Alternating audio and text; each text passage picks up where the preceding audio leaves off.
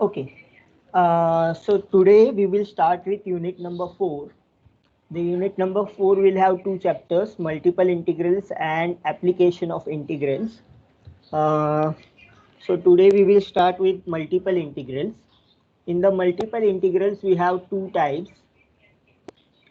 One is called double integral and other is called triple integrals, which are included in your syllabus. But you can have any expression in the form of like this: x, y limit, z limit. You can have multiple variables and you can have the multiple integrals. So that is not a problem. Okay. But we will study in detail double integral and triple integral so that the system will become clear, so that you can integrate any number of functions. So before going to the integration chapter, I would like to revise some of the formulas which you use.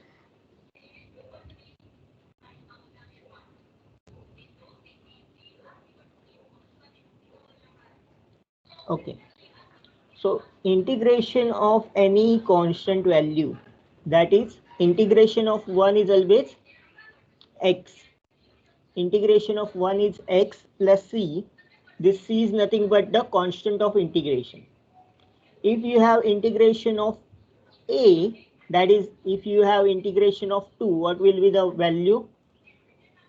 2x plus c. So that is how you will do the integration of a constant. Integration of constant is constant multiplied with x. This formula you are going to use again and again. Integration of x raised to n is x raised to n plus 1 upon n plus 1. What is derivative of x?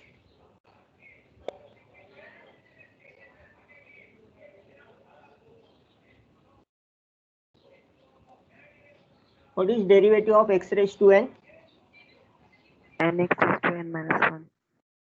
So nx raised to n minus 1, if I integrate this particular function, that means I said integration and derivative are reverse process of each other. What do I get from this formula?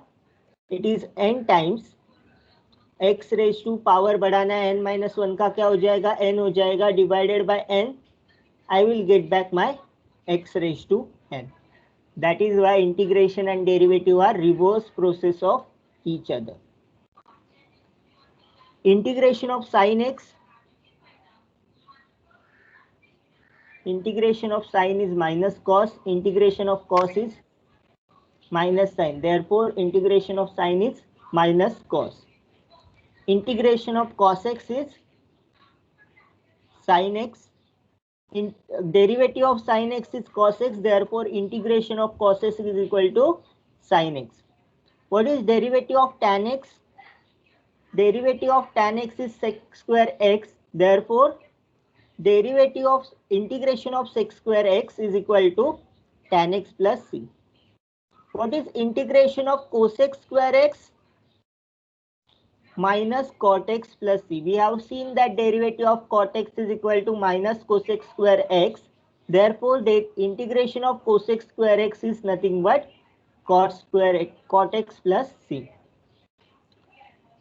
Same way here, derivative of sec x tan x, integration of sec x tan x is equal to sec x plus c. If you take the derivative of sec x, you will get sec x tan x. Similarly, you take derivative of cosec x, you will get cosec x into cot x and minus sign. So integration of cosec x into cot x is equal to minus cosec x plus c. So always remember, when you take the derivative and integration are opposite process. Derivative of log x क्या होता है? 1 by x. So integration of 1 by x क्या होगा? Log x plus c. So ln is equal to natural logarithm. When I write ln, this means that it is log to the base e. Okay. So ln means natural logarithm. Derivative of e raised to x is again e raised to x. So integration of e raised to x will be e raised to x. What is derivative of ax? A raised to x. A raised to x log a. Similarly, integration of ax will be ax a raised to x upon log a.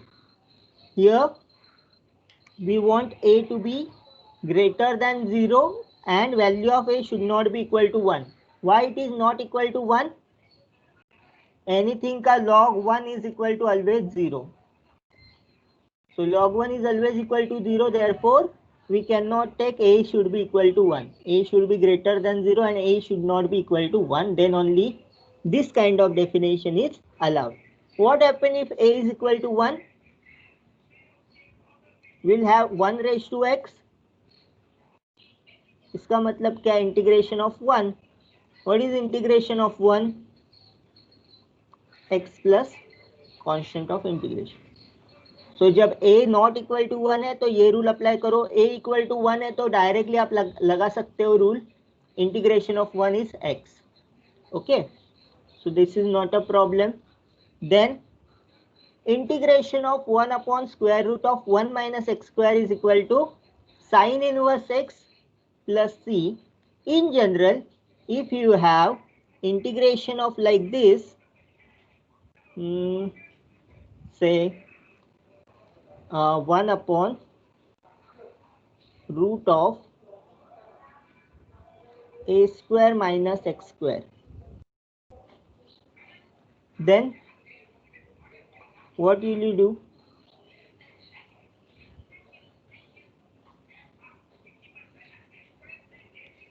How to find this integration?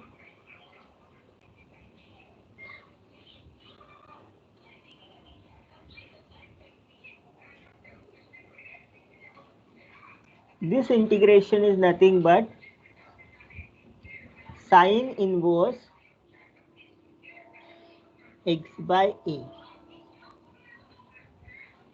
You can apply this in the journal. When a is equal to 1, you will get just a sine inverse x. If you have a square minus x square, we will get sine inverse of x upon a.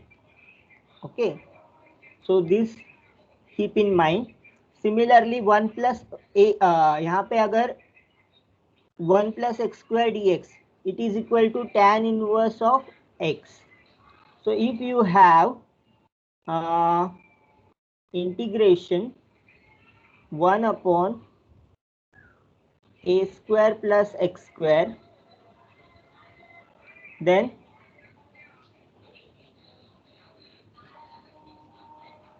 what do you get?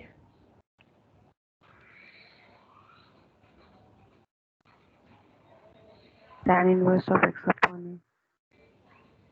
Just a little modification, 1 by a into tan inverse of x by a. 1 upon a बाहर निकलता है, tan inverse of x by a. ये कैसे आता है formula? Late us derive this formula. ऐसे ही हवा में बात करके कोई इश्यू नहीं है. So let us derive this formula over here. मैंने क्या बोला था? Integration of 1 upon square root of 1 minus x square dx is equal to sine inverse x. ये फॉर्मूला आपको बाय डिफॉल्ट दिया गया है. अगर मेरे पास ऐसा इंटीग्रेशन है 1 upon root of a square minus x square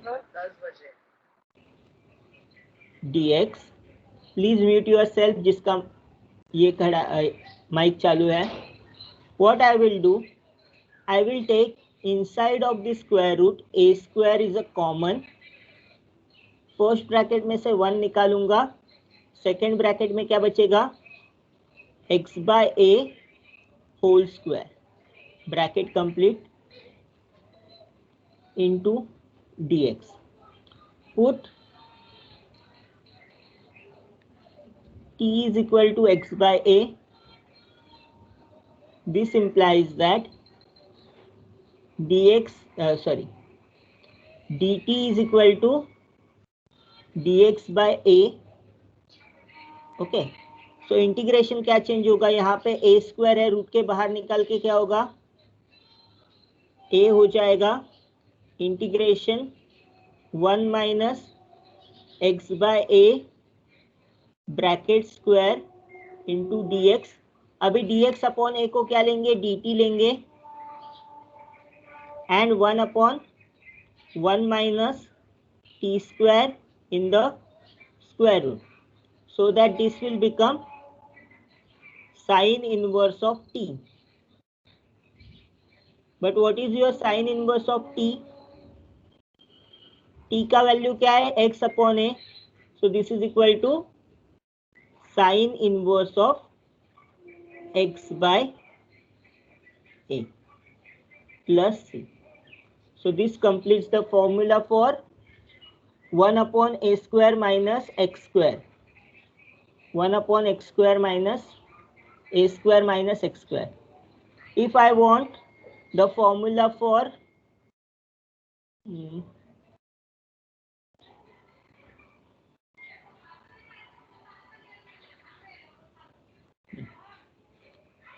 integration of 1 upon a square plus x square, again I will repeat the same step. What do I get?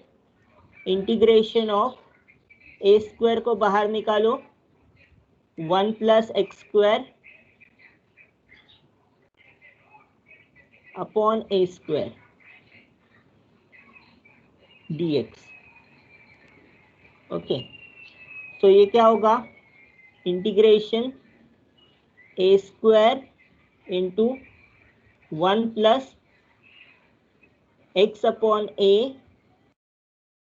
Bracket square dx. Put क्या put किया था last time, t is equal to x by a, then dt will be equal to dx by a, because a is a constant. So ये क्या होगा, एक a बचेगा, यहाँ पे a स्क्वायर है, dx अपॉन a dt हो जाएगा, और ये वाला वैल्यू क्या आ जाएगा, 1 upon 1 plus t square. So 1 upon 1 plus t square d t का वैल्यू क्या रहेगा, 1 upon a outside tan inverse of t. So what is tan inverse of t? t का वैल्यू क्या है, x upon a, so it is 1 upon tan inverse of x by a plus constant, यहाँ पे भी plus constant. सो हर बार हम लोग ये value find out करेंगे. So that what is the derivative of a square plus x square, 1 upon a tan inverse of x by a.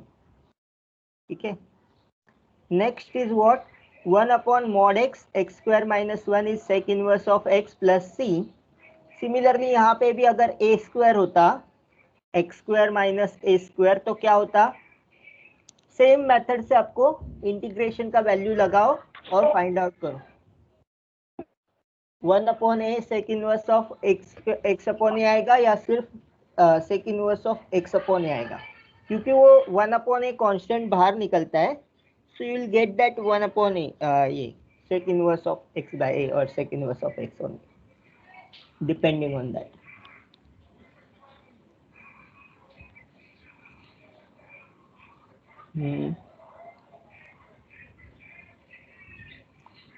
So these 15 formulas you have to remember, because many of the integration will use one of these 15 formulae.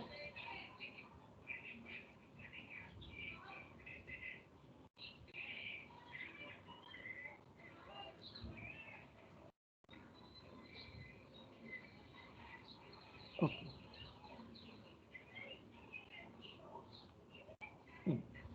So let us start with our original topic, that is called as double integral.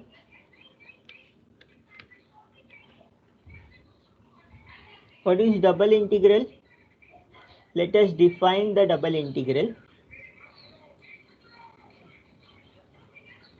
So you know the expression of the form limit from a to b, limit from a to b, limit from cy to dy, double integration of fxy dy dx is called double integral.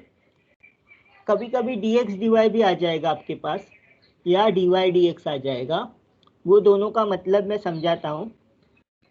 Basically this is the order in which double integration are evaluate. Okay, so जब expression ऐसे form में होता है, ये आपका कोई भी reason है, उसके ऊपर आप इंटीग्रेशन डिफाइन करते हो। सो ये रीजन का लिमिट होता है cy is a function of y, dy is a function of y, and then they have given you the limit a to b. So जब भी ऐसा इंटीग्रेशन होता है वो दो में से एक तरह से इवेल्युएट होता है। जब dy dx होता है तो पहले इंटीग्रेशन ऑफ y होता है, सो cy टू dy ऐसे हॉरिजॉन्टल स्ट्रिप बन जाएगा।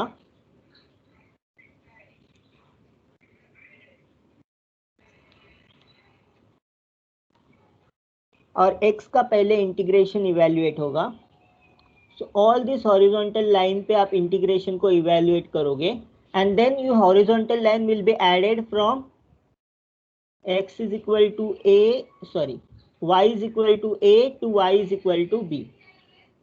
ओके, सो पहले आप x को इंटीग्रेट करोगे from cy to dy, this horizontal line पे फंक्शन का इंटीग्रेशन होगा, and this horizontal line you will then add to cover whole of the area. दूसरा तरीका होता है आपका कि आप पहले वर्टिकल लाइन पे इवेल्युएट करो। So when you evaluate on vertical line, I know my drawing is not that good, or then you can add the vertical lines from a to b. This is called integration का order होता है dy dx। एक का order होगा dx dy, दूसरे का order होगा dy dx। So either आप हॉरिजॉन्टली कंप्यूट कर सकते हो या फिर वर्टिकली कंप्यूट कर सकते हो। सो ये बात आप ध्यान में रखो, इसमें ऑर्डर इंपॉर्टेंट होता है, order in which integration is evaluated. ठीक है, सो इसका मतलब क्या, ऑर्डर क्यों इंपॉर्टेंट है? क्योंकि जब आप y का इंटीग्रेशन करते हो dy के टर्म में, अगर आपका इंटीग्रल है तो आप x वेरिएबल को कांस्टेंट ट्रीट करते हो, और जब आप x का इंटीग्रेशन करते हो तब आप y वेरिएबल को कांस्टेंट रखते हो। तो यहाँ पे मैंने डायग्राम में जैसे समझाया है कि आपका जो जनरल आपका इंटीग्रेशन जो होता है, आपने अभी तक वन डायमेंशनल इंटीग्रेशन देखा है। तो वन डायमेंशन इंटीग्रेशन सीखते हैं, फिर डबल इंटीग्रेशन आपको पता चलेगा। सो वन डायमेंशनल इंटीग्रेशन में क्या होता है, आपको कोई फंक्शन दिया जाता है, the function is f of x, and you want to calculate integration fx dx from say a to b. Then what you will do, this is suppose your x is equal to a, and this is supposed to be your x is equal to b. ठीक है, so what you will take the, यहाँ से a से b तक आपको integration करना है, तो आप एक स्मॉल वैल्यू लोगे यहाँ पे, स्मॉल लेंथ ऑफ, उसको बोलोगे dx, and dx will be multiplied with f of x. So when you multiply dx into f of x, you will get this strip. So ये जो शेडेड पार्ट है उसका area क्या होगा, shaded part का area होगा fx into dx, and when you multiply this whole of this particular dx will be varies from a to b, you will cover whole of this area। जो पूरा shaded किया है मैंने, वो shaded पूरा reason का क्या करोगे आप, एरिया निकालोगे, राइट। तो आपने क्या किया, fx को एक स्मॉल लेंथ dx से मल्टीप्लाई किया। अभी क्या है आपका, x में भी चेंज हो रहा है, y में भी चेंज हो रहा है, तो स्मॉल लेंथ यहाँ पे क्या है, dx है, और स्मॉल लेंथ y एक्सिस पे क्या है, dy है। तो ये जो हमने क्या किया है यहाँ पे, a to b का जो था उसको स्मॉल स्मॉल हिस्सों में we will divide it into small interval. So when we have the single integral, this segment a to b, we divide it into small intervals। इसको हम लोग क्या बोलते हैं, सिर्फ dx के टर्म में इंटीग्रेशन जब आपका होता है तो आप क्या करते हो, a to b को स्मॉल स्मॉल लेंथ सेगमेंट में डिवाइड करते हो एंड एवरी लेंथ पे आप क्या कर रहे हो, fx इंटू dx ले रहे हो, so that you will get the area, total area covered. अभी आपका क्या करना है, अभी ये पूरा रीजन जो दिया है रेड में, उसको स्मॉल स्मॉल स्क्वायर में डिवाइड करना है। तो उसको पूरा स्क्वायर ग्रिड से भर देना है आपको। हर एक स्मॉल ग्रिड का एरिया क्या होगा, ये जो स्मॉल दिया है इसका एरिया क्या होगा, मल्टीप्लाई करके dx into dy। So what is dx into dy? The area of this small square. You have to multiply this dx dy into your function, जैसे हमने सिंगल इंटीग्रेशन में भी किया था कि fx इंटू dx लिया था। अभी क्या करना है, fx इंटू dx dy करना है, सो दैट आपको एक छोटा सा सेगमेंट मिलेगा। आप एक कंसिडर करो fxy का जब आप ग्राफ निकालोगे वो 3 डायमेंशन में चला जाएगा, z is equal to fxy, तो आपको एक सरफेस मिलेगा और वो सरफेस के नीचे जो भी एरिया आपका है वो आपका इंटीग्रेशन वैल्यू देता है। ओके, सो एरिया नहीं होगा 3 डायमेंशन में, उसका क्या हो जाएगा, वॉल्यूम बन जाएगा। So this integration gives you the volume of the surface fxy, उसका xy प्लेन पे जो भी प्रोजेक्शन रहेगा उसका वॉल्यूम वो आपको देगा। That is the geometric interpretation of the double integral. तो इसीलिए हम लोग क्या करते थे, इन फर्स्ट इंटीग्रेशन में हमने क्या किया था, fx इंटू dx लिया था, अभी क्या करेंगे, fx इंटू dx dy लेंगे। Okay, so this is how the integration is computed. Okay, so इसका थ्योरी हुआ, बट आपको तो प्रॉब्लम्स आने वाले एग्जाम में। सो let us see the problems so that this concept will become clear. Evaluate the following double integral. Integral क्या दिया है, 0 से 2 एंड देन फ्रॉम 0 से 2 एंड देन 0 से 4 minus x square, square root of 4 minus x square. What is fxy? fxy is x square y into dy dx। Okay, so आप observe करो ये जो लिमिट्स है ये फंक्शन ऑफ x में है या फंक्शन ऑफ y में है। ओके, यहाँ पे क्या है, फंक्शन ऑफ x में है तो लिमिट इवेल्युएट होगा dy। अगर फंक्शन ऑफ y में होंगे तो लिमिट क्या होगा, dx पहले इवेल्युएट होगा देन dy। तो ये अगर फंक्शन ऑफ x है तो आपका इंटीग्रेशन ऐसे होगा dy dx, अगर फंक्शन ऑफ y में होगा तो आपका इंटीग्रेशन क्या होगा, dx dy। अंडरस्टूड? अपोजिट होता है, मतलब फंक्शन ऑफ x है तो क्या करेंगे, y का लिमिट इवेल्युएट करेंगे, dy लेंगे। अगर फंक्शन ऑफ y है x का लिमिट इवेल्युएट करेंगे dx, मतलब वेरिएबल जो है और फंक्शन जो है वो अलग अलग होंगे। क्यों ऐसा होता है, क्योंकि y में हम वैल्यू जब पुट करेंगे इसका इंटीग्रेशन करने के बाद तो आपको x की वैल्यू पुट होगी, मतलब आप dx इवेल्युएट कर सकते हो। अगर आपने dx पे इंटीग्रेट किया और x का ही वैल्यू रखा तो x का वैल्यू वैनिश नहीं होगा इंटीग्रेशन से। So when you have functions in terms of x, you will evaluate dx dy. When you have function in terms of y, you will evaluate dx dy. अगर आप बोलोगे अभी दोनों limit constant है, अगर आपके पास ऐसा है 0 to 1 and then integration from 2 to 3, तो आप क्या करोगे, कोई भी ऑर्डर में इवेल्युएट करो, कोई फर्क नहीं पड़ता। When the limits are in the constants, then you can evaluate in any order.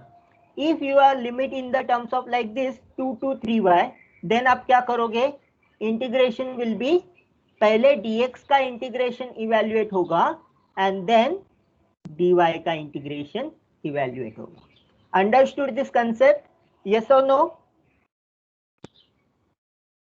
Yes, sir. Okay, तो जब फंक्शन ऑफ x है तो उसके अपोजिट y का लिमिट पहले इवेल्युएट होगा, जब फंक्शन ऑफ y है तो x का लिमिट पहले इवेल्युएट होगा। सो रिमेंबर दिस, ठीक है? सो हम क्या करेंगे, when you have to evaluate this particular integral with respect to y, then पहले इंटीग्रेशन ये इवेल्युएट करेंगे। सिंस एक्स स्क्वायर है यहाँ पे, एक्स स्क्वायर सिंस हम इंटीग्रेशन टर्म किसमें ले रहे हैं, वाई में ले रहे हैं, तो एक्स स्क्वायर को कांस्टेंट ट्रीट करेंगे। Constant can be taken outside of the integration, therefore limit क्या होगा, 0 to 4 minus x square y dy. Okay, next, so what is the integration of y dy?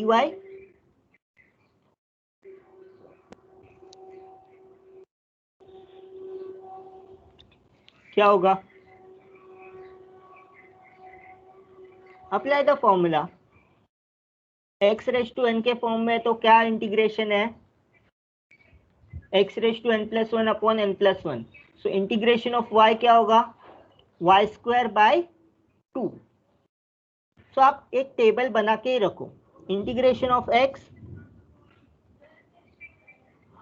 x square by 2, integration of x square x cube by 3, integration of x raised to 4 x raised to 5 upon 5. So what is, you have to increase the power of x by 1 and divide by the same power. Okay, so that is the rule.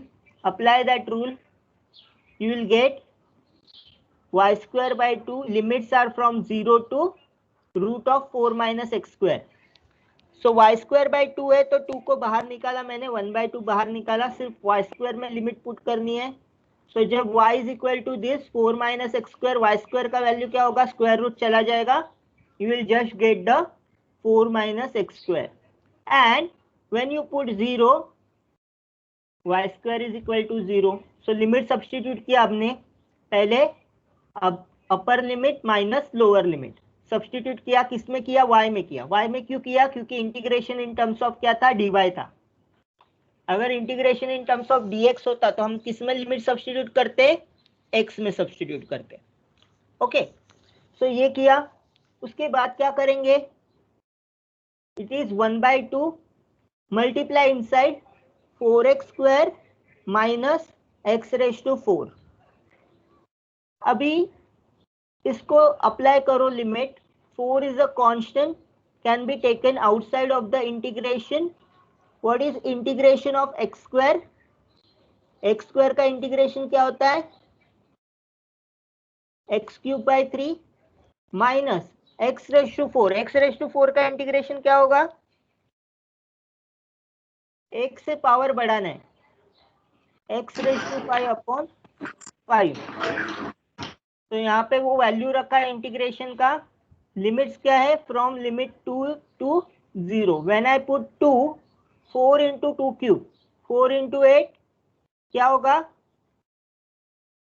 4 into 8 is 32 by 3 minus 2 raise to 5 क्या है, again 32 by 5।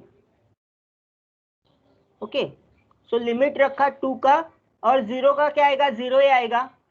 हमेशा ये बात याद रखो कि function में अगर आप कोई भी पॉलिनोमियल है और उसमें आप लिमिट्स रख रहे हो तो उसका वैल्यू 0 ही आता है, x cube, x raise to 4, x वगैरह का।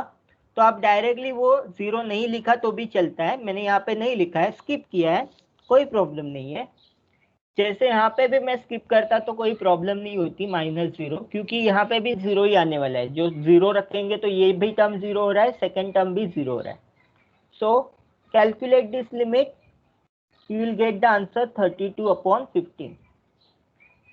You have to keep pen and paper with you to perform the calculation, और कहीं पे भी मिस्टेक हुआ कैलकुलेशन में तो मुझे बताना है आपको कि सर ये गलत है, इसमें मैंने ये सही, मतलब सही आंसर क्या है, या फिर आपको अगर नहीं समझ में आया तो भूलने का कैसे आया।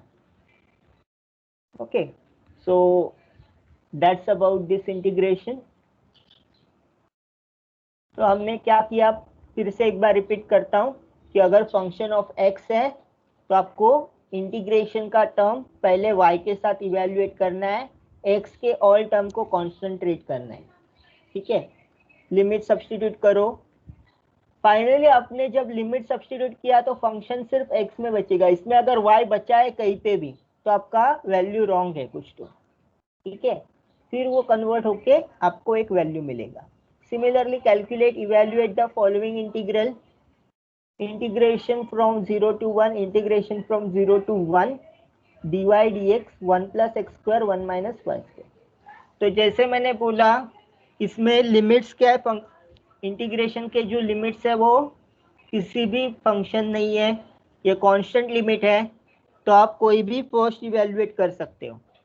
आप पहले y पे इवेल्युएट करो, फिर x पे करो, या पहले x पे करो बाद में y पे करो, दोनों का आंसर क्या आएगा, सेम आएगा। Okay, so let us evaluate with respect to y first. तो evaluate with respect to y first मतलब क्या है कि मैंने जो y के टर्म से वो लिया 1/1 plus y square d y, and जो x स्क्वायर के टर्म है it can be a constant terms which can be taken outside of the integration. When you evaluate integration with respect to y, you can take out x term as constant.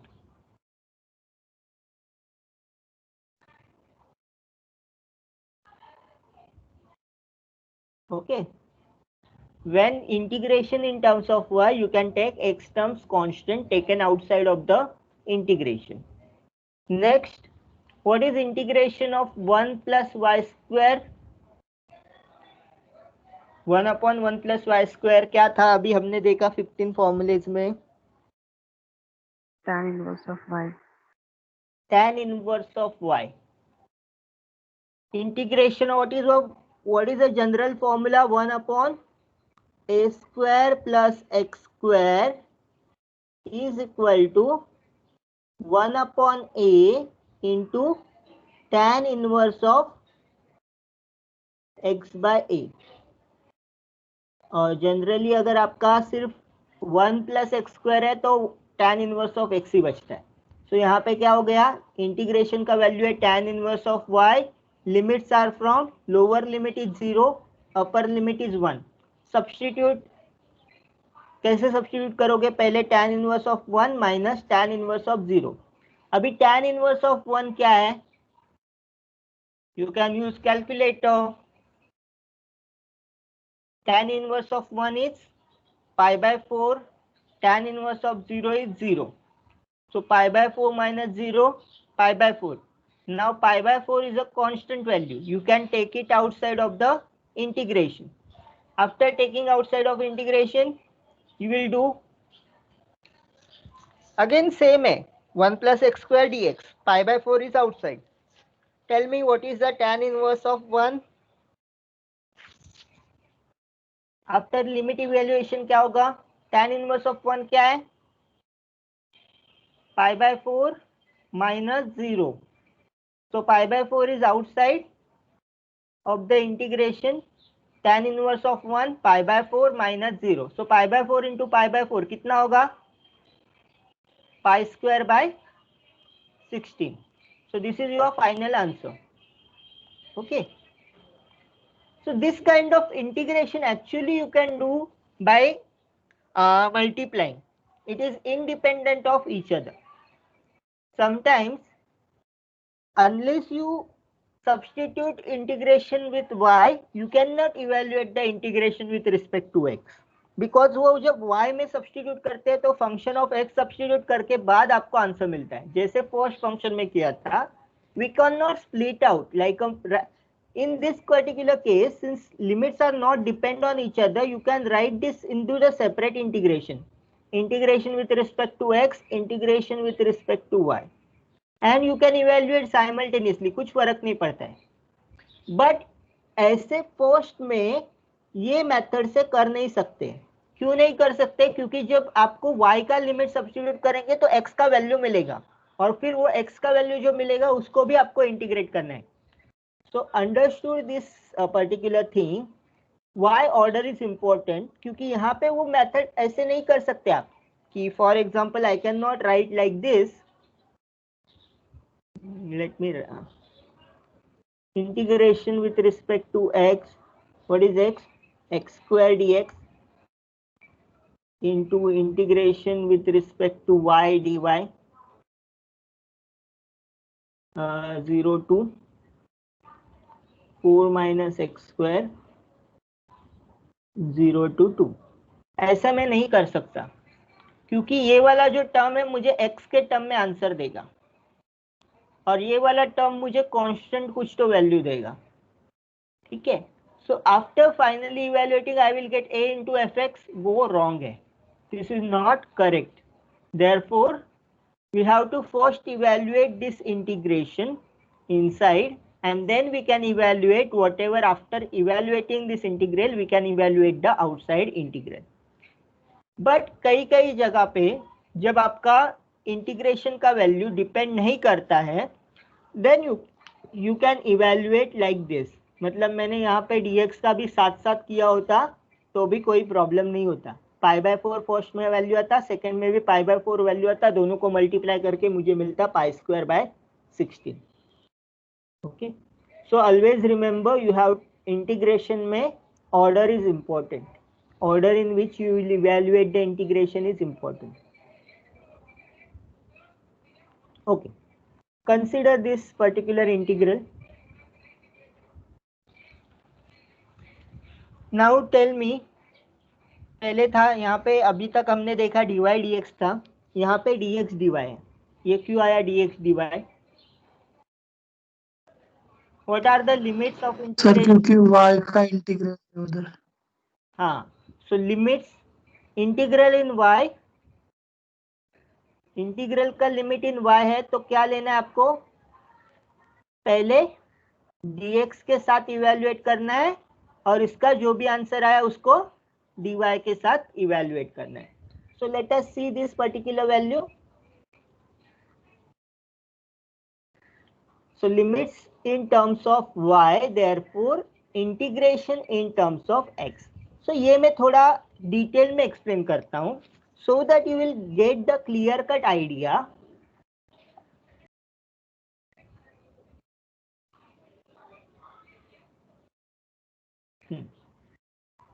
This is my graph. Let us draw the graph of this particular function. ये x axis है, ये y axis है। Okay, यहाँ पे मैं अगर put करता हूँ तो लिमिट्स किस में पुट करूंगा? dx के टर्म में इवैल्यूएशन है तो x is equal to 0 to x is equal to y, right? What is line x is equal to 0? किसका इक्वेशन है x is equal to 0?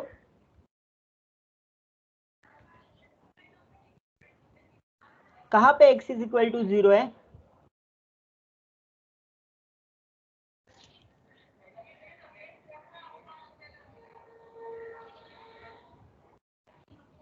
What is equation x is equal to 1?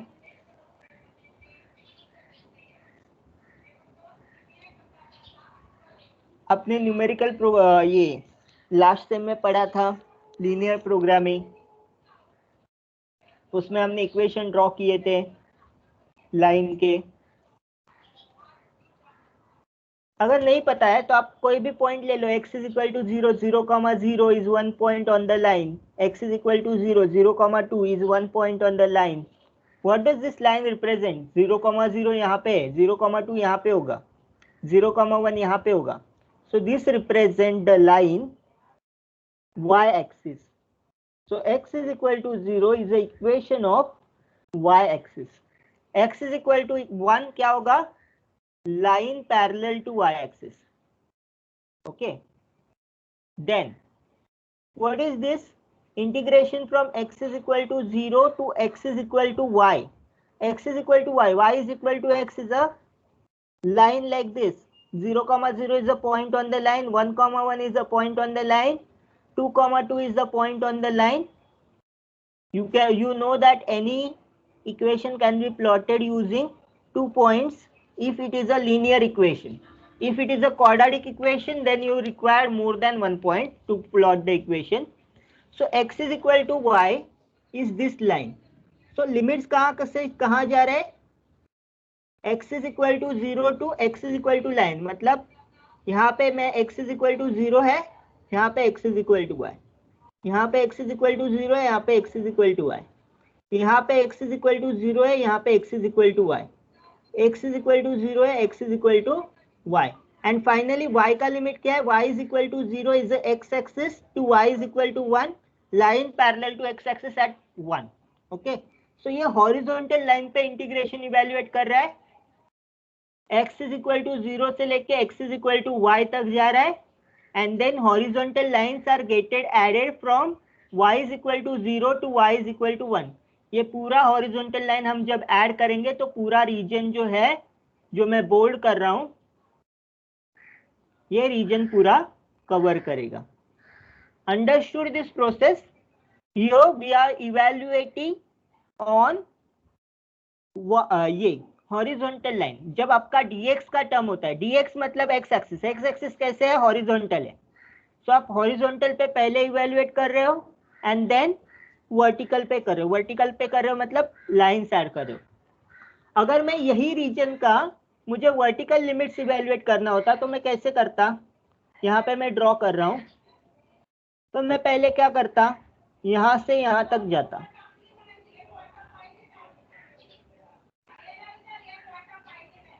यहाँ पे क्या होता है equation, y is equal to x to y is equal to 1 and then x is equal to 0। ये vertical lines कहाँ से कहाँ तक ऐड होते, x is equal to 1, so that this region will get covered. I already told you this concept कि आपको जो भी एरिया निकालना है, तो एरिया क्या होगा, यहाँ से मैंने हॉरिजॉन्टल लाइंस वर्टिकली ऐड किए तो भी मुझे वही रीजन मिलेगा, या फिर मैंने यहाँ पे वर्टिकल लाइंस पहले ड्रॉ किए, वर्टिकल लाइंस पे इंटीग्रेशन लिया, तो ये जो इंटीग्रेशन है वो लिमिट्स क्या होंगे, limits from x to 1 then limits from 0 to 1 dy dx। तो इसको बोलते हैं changing the order of integration. So dx dy के टर्म में इंटीग्रेशन है, उसको dy dx के टर्म में भी लाया जा सकता है। So we will separate out, ये जो प्रॉपर्टी है ये हम लोग बाद में पढ़ेंगे। पहले हम लोग इसको अल्जेब्रिकली सॉल्व करते हैं। अल्जेब्रिकली सॉल्व करते हैं मतलब without worrying about all this things, कैसे ज्योमेट्रिकली इंटरप्रेट होगा, कैसे एरिया शेडेड होगा, वो सब नहीं सोचते हुए, since limits in terms of functions in terms of y, we will evaluate the integration with respect to x first. So y का value, since evaluation in terms of x, y is constant, you can take outside of the integration, you will get integration x e raised to minus x square dx। अभी e raised to x का आपको पता है, e raised to x का integration होता है e raised to x, but e raised to अगर आपका फंक्शन है कोई माइनस एक्स स्क्वायर, तो कैसे करेंगे, we know that e raised to t, अगर मैं t को माइनस एक्स स्क्वायर लिख दूंगा तो मुझे पता है e raised to t का इंटीग्रेशन क्या आता है, ठीक है, तो वही किया है, t is equal to minus x square, so that dt क्या होगा माइनस 2x इंटू dx, और आप dx में भी वैल्यू सब्स्टिट्यूट करते हो, dx is equal to dt upon minus 2। सो अभी लिमिट्स देखो, limits from 0 to y, when x is equal to 0 we get t is equal to 0, when x is equal to y we will get t is equal to minus y square. x के जगह पे वो limits डालो, x 0 put करेंगे तो t का value क्या मिलेगा, 0 मिलेगा, x is equal to y put करेंगे, t का वैल्यू क्या मिलेगा, minus y square.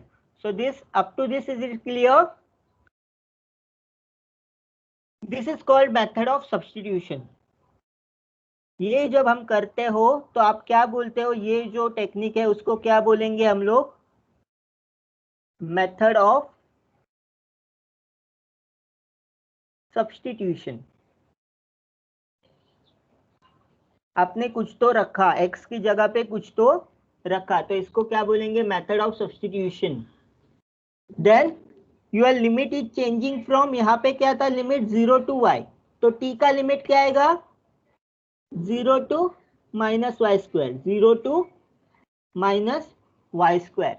Then instead of e raised to minus x square के जगह पे क्या रखा, t रखा. Then dx का वैल्यू क्या रहेगा, इसका मतलब क्या है, dx is equal to, sorry अपने पास है x dx, x भी है यहाँ पे, x इंटू dx बचा है. So x dx is equal to dt upon -2.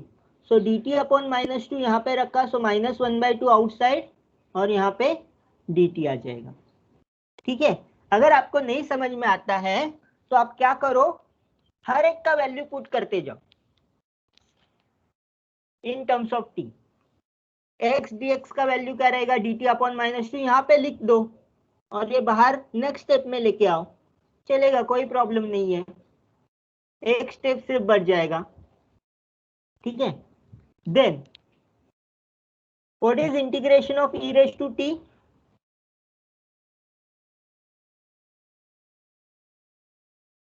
e raise to t का इंटीग्रेशन होता है e raise to t. Integration limit रखो 0 to minus y square. So इसमें लिमिट्स अगर सब्स्टिट्यूट करोगे तो आप क्या रहेगा, e raise to y square minus y square minus e raise to 0. e raise to 0 क्या होता है, 1 होता है. सो लिमिट रखोगे तो आपको ये वैल्यू मिलेगा. सो let us put that limit. आपको लिमिट किस टर्म में रखने हैं, जिसके साथ इंटीग्रेशन किया उसके टर्म में रखने हैं. इसके साथ किसके साथ इंटीग्रेशन किया, dt, t के साथ इंटीग्रेशन किया तो t का लिमिट रखना है. ओके. नाउ अभी क्या करेंगे, यहाँ पे भी माइनस वाई स्क्वायर है, वाई स्क्वायर अपना पीछा नहीं छोड़ रहा है, तो क्या करेंगे हम लोग, सेम अप्लाई करेंगे. Put u is equal to minus y square, du क्या होगा, -2y into dy. When y is equal to 0, u is equal to 0. y का अपर लिमिट क्या है, y is equal to 1, u is equal to -1, क्योंकि u का value क्या है, minus y square. So when y is equal to 1, you will get -1 square is -1. So limits क्या आएंगे, 0 से -1. e raise to minus y square पे क्या आएगा, e रेज टू u आएगा -1. और अपने पास क्या है, अपने पास du क्या है, so y dy is equal to du by -2. Again the same, you can take it, this -2 into -2 is equal +4. so 1/4 बाहर आएगा, e raise to u -1 du. e raise to u का इंटीग्रेशन होता है u, -1 का integration होगा, क्या होगा, integration of 1 dx x plus c. Integration of constant term is x. So integration of 1 is u, because यहाँ पे इंटीग्रेशन किसके टर्म में, u के टर्म में. So e raise to u minus u, integration limit 0 to -1. apply the integration limit, put upper limit e raised to -1 minus e raised to -1 minus -1. Upper limit substitute किया, lower limit substitute करो, e raise to 0 is 1 minus u के जगह पे 0 रखा, सो 1 - 0 आ गया. e raise to -1 is nothing but 1/e. और फिर इसको सिंप्लीफाई करने के बाद आपको आंसर क्या मिला, you will get answer as 1/4e. okay, try this out. everyone will solve 8 minutes से अपने पास. जिसका हो जाए they can put on their video and show me. Try this out, this integration 0 to 1, 0 to 2 e raised to x plus y dx dy. इसको आप e raise to x plus y को क्या लिख सकते हो, e raise to x into e raise to y. जब integration y के term में है तो x को कांस्टेंट ले सकते हो, e रेज टू x को बाहर ले सकते हो, और जब x के टर्म में तो आपको y को सॉल्व कर सकते हो. So try this out. Everyone will be trying. If you complete, you can post your answer in WhatsApp group.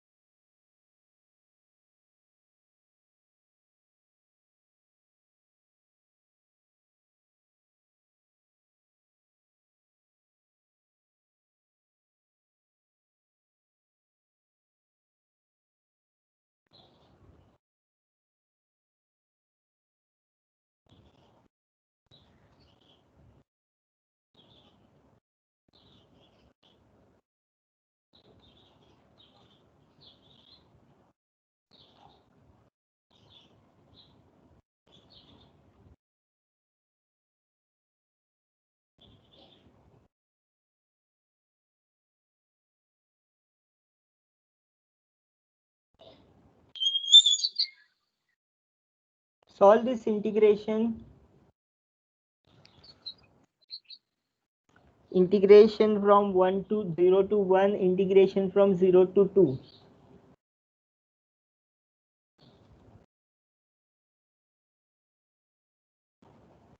कोई नहीं सॉल्व कर रहा है?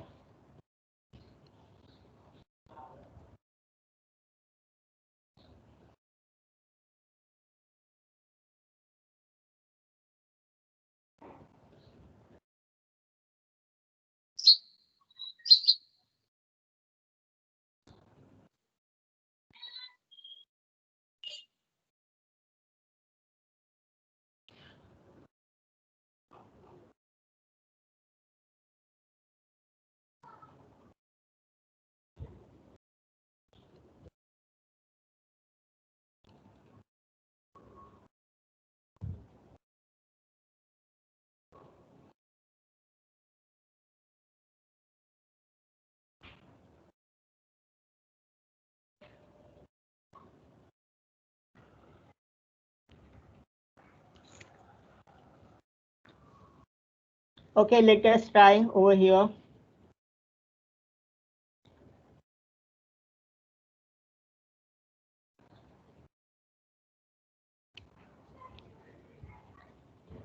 Integration from 0 to 1, integration from 0 to 2, e raised to x into e raised to y dx dy. तो integration from 0 to 1 पहले dx के साथ evaluate करते हैं. e raise to x dx, sorry,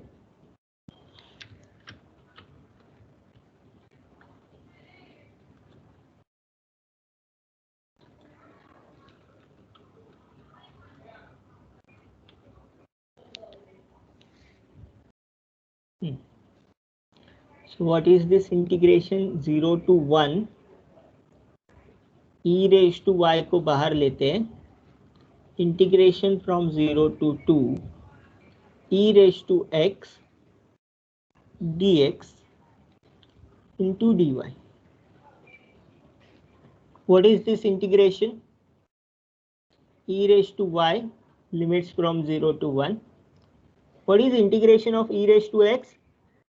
Integration of e raised to x, e raised to x. What are the limits? 0 to 2. Okay.